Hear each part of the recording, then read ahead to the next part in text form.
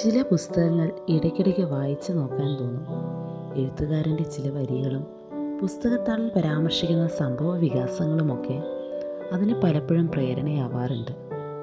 അത്തരത്തിൽ ഒരുപാട് തവണ എൻ്റെ വായനയിൽ ഇടം പിടിച്ച മനോഹരമായ പുസ്തകമാണ് എൻ മോഹനൻ്റെ ഒരിക്കൽ.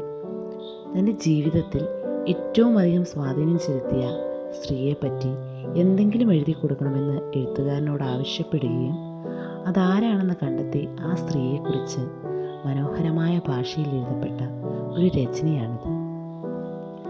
ഒന്നും പറഞ്ഞതിലൊന്നുമെൻ കൈത്തലം, ഒന്ന് പതുക്കെ പിടിച്ചമർത്തീക്ഷണം നിന്നതല്ലാതെ, മുഖം തെല്ലുയർത്തിയൻ കൺകളിലേക്കൊന്ന് നോക്കിയതല്ലാതെ, കന്നിവേലിൽ നീന്തിയെത്തുന്ന കാറ്റുപോൽ മന്ദോഷ്ണമാർന്ന നിന്തീർത്ത നിശ്വാസങ്ങൾ. ONV കുറുപ്പിൻ്റെ മനോഹര വരികൾ കോറിയിട്ടുകൊണ്ട് പുസ്തകം ഇങ്ങനെ ആരംഭിക്കുന്നു. തൻ്റെ യൗവനകാലത്തെ പ്രണയിനിയെക്കുറിച്ചും.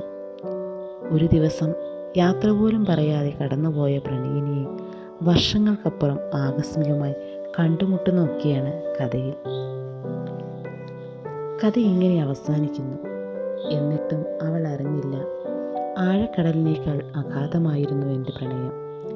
ഏറ്റവും വലിയ മോഹത്തേക്കാൾ വലിയതായിരുന്നു എൻ്റെ ഇഷ്ടം. എന്നിട്ടും അവൾ അറിഞ്ഞില്ലല്ലോ.